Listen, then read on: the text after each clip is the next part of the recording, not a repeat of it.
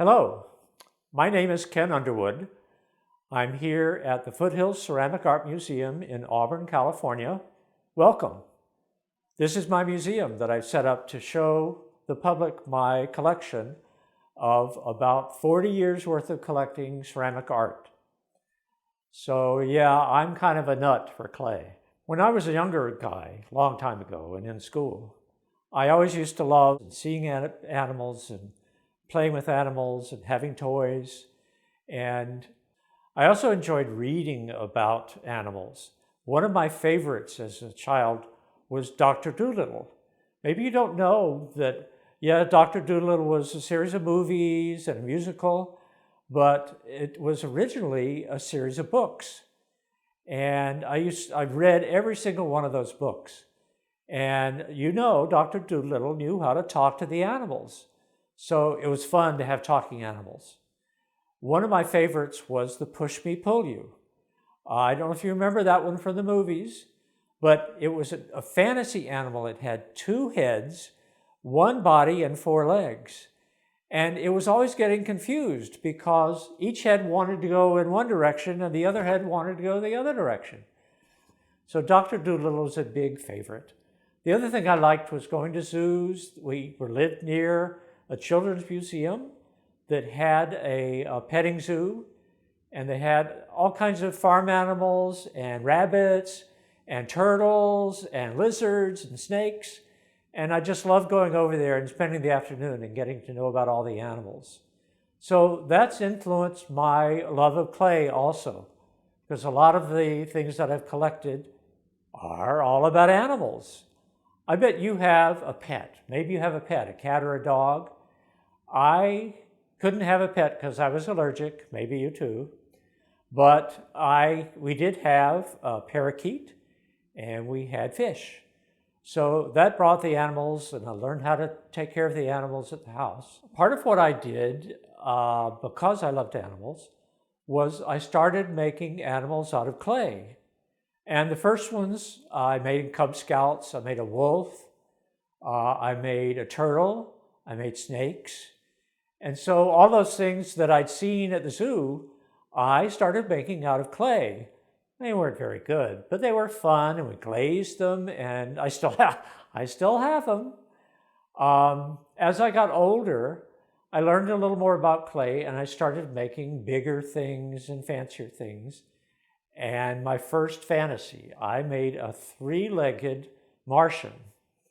And of course, nobody knew what it was except me, but it was fun. It was fantasy. What I thought I would do today is show you some of the pieces from my collection, specifically that are animals and that bring up all the fantasies that I had and the artist had.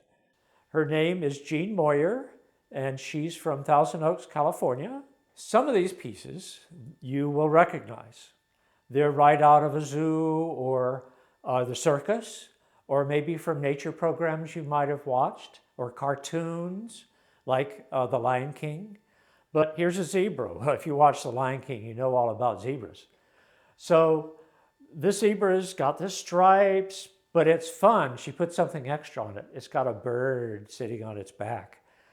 Another animal that you will recognize is the camel. Another animal that you might have seen in a zoo or on TV is a penguin. But this penguin has a surprise. On its back is a shark. Uh-oh. Some of these are farm animals that if you've been around a farm or done a tour, you might recognize, like a pig. But this pig is a little bit different. It's got wings on its back. Well, have you ever heard of the expression, when pigs fly? Maybe not. When somebody tells you, oh, you can't do that, or that's impossible, or you'd have a better chance of going to the moon. Well, there's an expression that says, well, that'll happen when pigs fly. Well, pigs can't fly, right? Well, this pig can. Well, I guess that means sometimes impossible things can happen. I love it. There's another one here you'd recognize. This is the tortoise and the hare. So there's an Aesop's fable. Maybe you've read them in the fairy tales or fables. In this case, it's a story about the tortoise and the hare. And they decided to have a race. They challenged each other to a race. So the rabbit just jumped right out and ran ahead. And he looked back and the tortoise was taking its normal slow pace. That's just kind of the way they are. But the rabbit said, well, I don't have to worry. I think I'll take a rest. The tortoise will never catch up. So he found a tree and he sat down at the base of the tree and went to sleep. Meanwhile, the tortoise is still walking and making headway along the race. And he passed the rabbit and he's still asleep over there at the tree. Well, pretty soon the tortoise was almost to the finish line. And the rabbit woke up and said, where's the tortoise?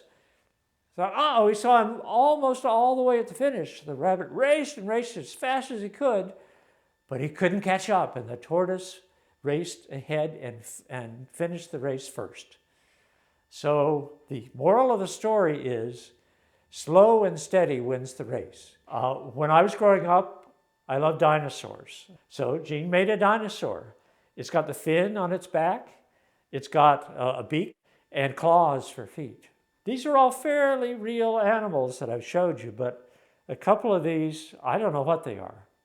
This piece over here, it's got a turkey's head. You can see the beak, you can see the neck, and it's got the body that's like a horse or an elephant, and it's got a man sitting on top, riding on top. So again, just fantastic fantasy. Then this one over here really stumped me. It's got like the head of a horse and the ears of a cat, and it's got the body, again, of an elephant. Maybe it's a cow, I don't know. That's my menagerie, my collection of animals. But there's a surprise here that I haven't told you. These are all teapots. Yeah.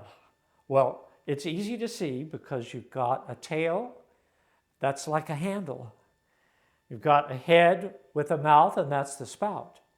And this little bird on top of the zebra, that's actually a lid. That's where you pour the water in and make the tea. So I can have a tea party with my menagerie of animals made out of clay. I'd like to invite you to my tea party. So that's it. Welcome to my tea party. You remember the Mad Hatter from Alice in Wonderland? Well, I'm the Mad Hatter. So thanks for joining me. I hope that you make your own fantastic animals out of clay. It's really simple. And do whatever's in your imagination. Just let it go wild. Color it, paint it with fanciful colors, and enjoy. And if you want, I'd love to see your animal. Please come by the museum and bring it with you and let me see. And if you're too far away, then put it on my Pinterest page. I have a Pinterest page where you can post your pictures. Take a picture of your clay animal, and it'll be available there on the internet, and everybody can see it, and I'll share it with everybody. So that's it. Enjoy your tea and your cookies. Bon appetit. Bye now.